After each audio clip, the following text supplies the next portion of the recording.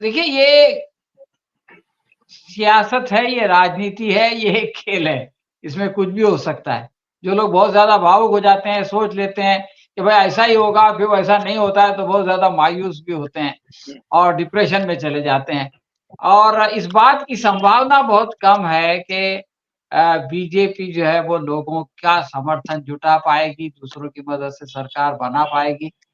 और अगर बनाती भी है, तो एक बात तो पक्की है कि कम से कम प्रधानमंत्री नरेंद्र मोदी जो है वो 200 220-25 जो आजकल लोग कह रहे हैं, वैसे लोगों की पार्टी के लीडर नहीं हो सकते, उनको तो झोला उठा के जाना ही पड़ेगा। ये एक धमकी थी जो प्रधानमंत्री की तरफ से दी गई एक ऐसे लीडर को कि अगर उनका बेटा होता तो वो इससे बड़ा होता।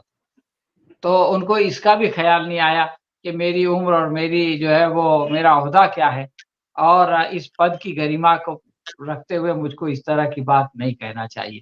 इनका धमकी पे आना इस बात का जो है वो प्रमाण है कि इनके अंदर चुनाव जीतने की क्षमता या चुनाव जीतने का जो आत्मविश्वास है, वो पूरी तरह ख़त्म हो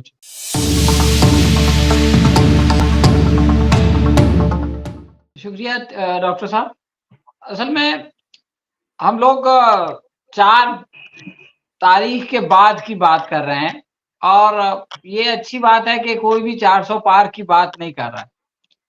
तो अब ये है कि इनको बहुमत नहीं आएगा, यहाँ तक बात पहुँच गई है और बहुमत नहीं आएगा लेकिन ये सबसे बड़ी पार्टी बन के उभरेंगे। तो उस सूरत में राष्ट्रपति को तो इन्हीं को बुलाना पड़ेगा, इसमें कोई शक-शुबे की बात नहीं है। अब ये है कि इनको अगर ये लगेगा कि हम जो है वो बहुमत नहीं जुटा पाएँगे, तो जिस तरह से कि नरसिम्हा राव ने कह दिया था कि भाई वो बड़ी पार्टी थी, लेकिन ये है कि उन्होंने कहा था कि हम सरकार नहीं बनाएँगे और फिर उन्होंने जो है वो डिले किया देने में अपना समर्थन का पत्र और इस तरह से जो दूसरी सबसे बड़ी पार्टी थी, वो बीजेपी थी और बीजेपी को राष्ट्रपति ने बुलाया और फिर 13 दिन के बाद अटल बिहारी वाजपेयी की जो पहली सरकार थी, वो विश्वास मत नहीं प्राप्त कर सकी और वो गिर गई। तो ये इसी तरह से इस बार भी अगर बीजेपी सबसे बड़ी पार्टी बन के उभरेगी, तो यही कुछ होगा और इसमें मैं समझता हूँ कि हमको इसके लिए तैयार रहना चाहिए और इसमें कोई गलत नहीं है। ये देखिए, ये सियासत है, ये राजनीति है, ये एक खेल है। इसमें कुछ भी हो सकता है। जो लोग बहुत ज़्यादा भावुक हो जाते हैं, सोच लेते हैं कि भाई ऐसा ही होगा, फिर वैसा नहीं होता है तो बहुत ज़्यादा मायूस भी होते हैं और डिप्रेशन में चले जाते हैं। 2 मर्तबा ऐसा हो चुका है, पिछली मर्तबा ऐसा लग रहा था कि योगी आदित्यनाथ जाने ही वाले हैं, 50 सीट कम हुई लेकिन नहीं गए, तो बहुत सारे लोग बहुत दुखी हो गए। उसके बाद बिहार में भी ऐसा हुआ कि बस ऐसा लग रहा था कि तेजस्वी यादव जो है वो आने ही वाले हैं, लेकिन ऐसा नहीं हुआ, तो भी बहुत ज़्यादा दुखी हो मैं भी उन दुखी लोगों में शामिल था। तो बहरहाल ये इस तरह से होता है और इस बात की संभावना बहुत कम है कि बीजेपी जो है वो लोगों का समर्थन जुटा पाएगी, दूसरों की मदद से सरकार बना पाएगी और अगर बनाती भी है, तो एक बात तो पक्की है कि कम से कम प्रधानमंत्री नरेंद्र मोदी जो है वो 200 220-25 जो आजकल लोग कह रहे हैं, वैसे लोगों की पार्टी के लीडर नहीं हो सकते, उनको तो झोला उठा के जाना ही पड़ेगा। और लोग नहीं आएँगे तो फिर दूसरा चांस दिया जाएगा जो दूसरी सबसे बड़ी पार्टी होगी। उम्मीद है वो कांग्रेस होगी और फिर कांग्रेस को दूसरे लोगों के समर्थन से विश्वास मत प्राप्त करना पड़ेगा। तो इसके लिए हम लोगों को ज़्यादा इमोशनल होने की ज़रूरत नहीं है। असल में आज का जो प्रश्न है वो है इनकी धमकी का। तो 2 धमकियाँ इन्होंने दी हैं। पहली धमकी तो तेजस्वी यादव को इन्होंने दी कि इनका जब ये टूर खत्म होगा प्रधानमंत्री ने दी, तो इनका आखिरी जब ये अपना भ्रमण खत्म करेंगे राज्य का तो फिर इनको जो है वो जेल का रास्ता दिखा दिया जाएगा। ये एक धमकी थी जो प्रधानमंत्री की तरफ से दी गई एक ऐसे लीडर को कि अगर उनका बेटा होता तो वो इससे बड़ा होता। तो उनको इसका भी ख़्याल नहीं आया कि मेरी उम्र और मेरी जो है वो मेरा ओहदा क्या है और इस पद की गरिमा को रखते हुए मुझको इस तरह की बात नहीं कहना चाहिए। दूसरे हमारे गृह मंत्री ने कह दिया कि 4 जून के बाद जो है वो पंजाब की सरकार ज़्यादा दिन नहीं रहेगी। देखिए, असल में एक चीज़ तो ये होती है कि अगर आपको ऐसा करना भी है तो आप बोलते क्यों हो? बोल के क्यों अपने ऊपर जो है वो काली पोतते हो अपने मुँह पे? तो ये तो ये लोग करते रहे इससे पहले, खरीद-फरोख्त का मामला करें चुपचाप। लेकिन अब इनका जो है वो मामला ये है कि ये कुछ समझ नहीं पा रहे हैं और ये धमकी-वमकी पे आ गए हैं। इनका धमकी पे आना इस बात का जो है वो प्रमाण है कि इनके अंदर चुनाव जीतने की क्षमता या चुनाव जीतने का जो आत्मविश्वास है, वो पूरी तरह खत्म हो चुका है। इनको ऐसा नहीं लगता कि हम जो है देखिए पिछली मर्तबा ये लोग जो जीते थे सबका साथ सबका विकास कह के या ये कि घर में घुस के मारा, उस वक़्त ये धमकियाँ नहीं दे रहे थे। पाकिस्तान को धमकी दे रहे थे। लेकिन ये कि भारत के अंदर किसी को धमकी नहीं दे रहे थे। और पहले 2014 में तो पाकिस्तान को भी धमकी नहीं दे रहे थे, बल्कि पाकिस्तान के प्रधानमंत्री को उन्होंने अपने शपथ ग्रहण में बुला लिया था। तो मैं ये कह रहा हूँ कि ये इनकी हताशा है और इस तरह से ये अपना नुकसान कर रहे हैं। इन्होंने 2 मर्तबा तो नुकसान अपना किया ही है।